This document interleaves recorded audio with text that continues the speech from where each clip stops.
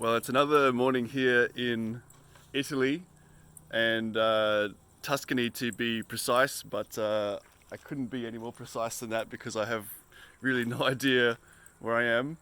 Um, but we made it here late last night again at about 7 o'clock to this little campsite, this farm, I don't know what you call it, here in the hills of Tuscany, which is quite fantastic actually, and it was a bit of a godsend I think because yesterday was a pretty tough day, and yeah, we were able to find this one place. It was pretty much the only place close to us within 100 or maybe 50 kilometers or so, and we just couldn't really go any further, so we were able to get here just before the sun went down.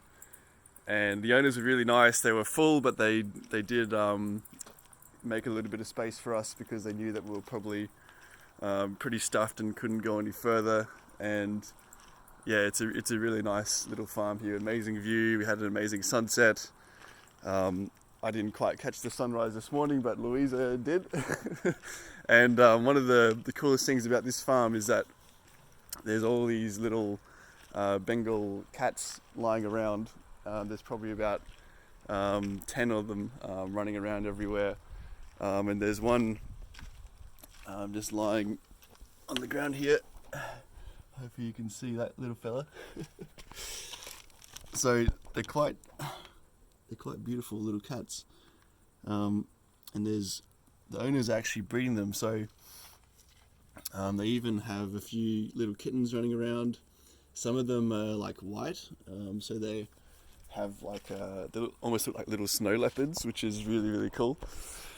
And from what I understand, they're quite rare, these cats, so it's quite unusual to see so many of them running around here on a farm. But yeah, anyway, I'm getting a bit ahead of myself because yesterday was a bit of a day, and so I'll step you through what happened. And basically we started off pretty well. We were ready to go by about 9 o'clock, which is the usual start time it seems. And the first thing we needed to do was to go get some more food because we were both pretty low at this point. So we headed to the local grocery store, which was just around the corner, which was very handy. And unfortunately it was a Saturday morning, so it seemed like every person and their dog and their cat were all doing their shopping at the same time. So it was pretty hectic, and we kind of had to fight our way through the aisles to get all the stuff we needed. And I think we were both a bit stressed out about this first thing on a Saturday morning. So it took us about an hour or so to do all of our shopping.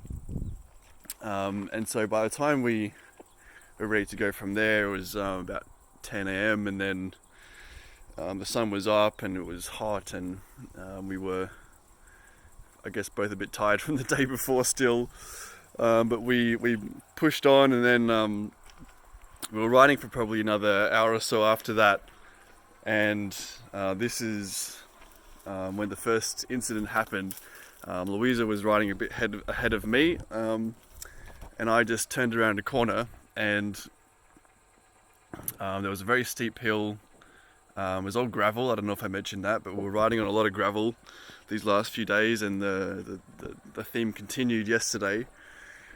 And a very steep gravel hill, and I didn't quite see what had happened, but I saw that Louise was standing and kind of brushing herself off, and her bike was on the floor, on the ground. So I slowly rode down next to her and asked if she was alright, and she was covered in a few cuts and scratches, a bit of gravel rash, but she was fine. And her bike was a little bit damaged, but not too bad. So we picked it up, and we continued to the bottom of the hill, which is where we did a bit of first aid. And I tried to remember some of my first aid training from back in Australia. yeah, I probably need another refresher, but luckily Louisa had a pretty full, like, stocked first aid kit. I had a few things as well, but it's a good reminder to me to probably get a few other things because I didn't have a bandage, or I needed probably a bit more gauze for like big wounds and stuff. But luckily Louisa had everything we needed, so we were able to clean all her scratches and patch her up a bit. And then luckily she wasn't hurt too bad. Although she did say she hit her head when she came off the bike, and she wasn't wearing a helmet, so she didn't have any injuries to her head, but yeah, it could have been a lot worse, I think. And I was a little bit worried that she might have, a concussion or something, but she seemed alright throughout the rest of the day as we were riding. I was kind of keeping an eye on her, but she seemed fine. So the next thing was to kind of fix up her bike. And luckily there wasn't too many things wrong with it. Just a couple of, one of her pedals was bent, and her one of her bags, one of her panniers had snapped off. So we had to try and figure out how to fix that. And basically what we did was get some of her straps and just strap the bag onto the rack. That was the best fix. And yeah, her gears were okay. So actually there wasn't really anything too bad, anything too wrong with it. Sorry. And so I think mainly her ego was the main thing that was bruised. Oh look, there's a beautiful little cat here. Hello.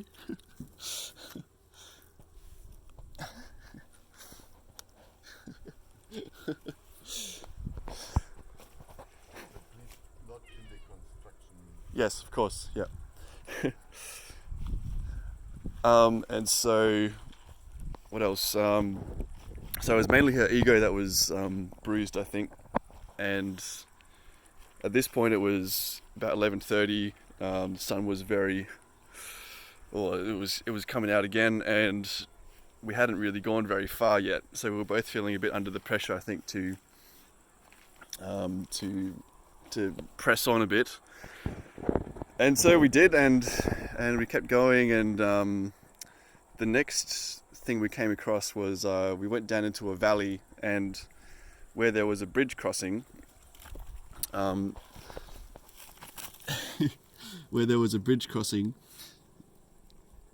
was a big blockage. Basically, the bridge was closed, and there was no way to get past it. So the only thing we could do was to actually go a diversion, which was up a really, really, really big hill. And then once we got to the top of that hill, we were both wrecked. And Louisa just needed to sit down for a while, and so did I. So we actually had lunch at the top of the hill, and this was at the point where we actually finally exchanged contact details, because Louisa was saying, she might just stay there for a while, and she wasn't sure if she'd be able to continue. So at this point, we exchanged numbers in case we didn't see, or we needed to meet up again at some point. But eventually she did feel a bit better, and we were able to continue down into the valley. And this was another very steep descent on gravel, and the gravel eventually turned into quite large rocks, so it was a bit of walking as well.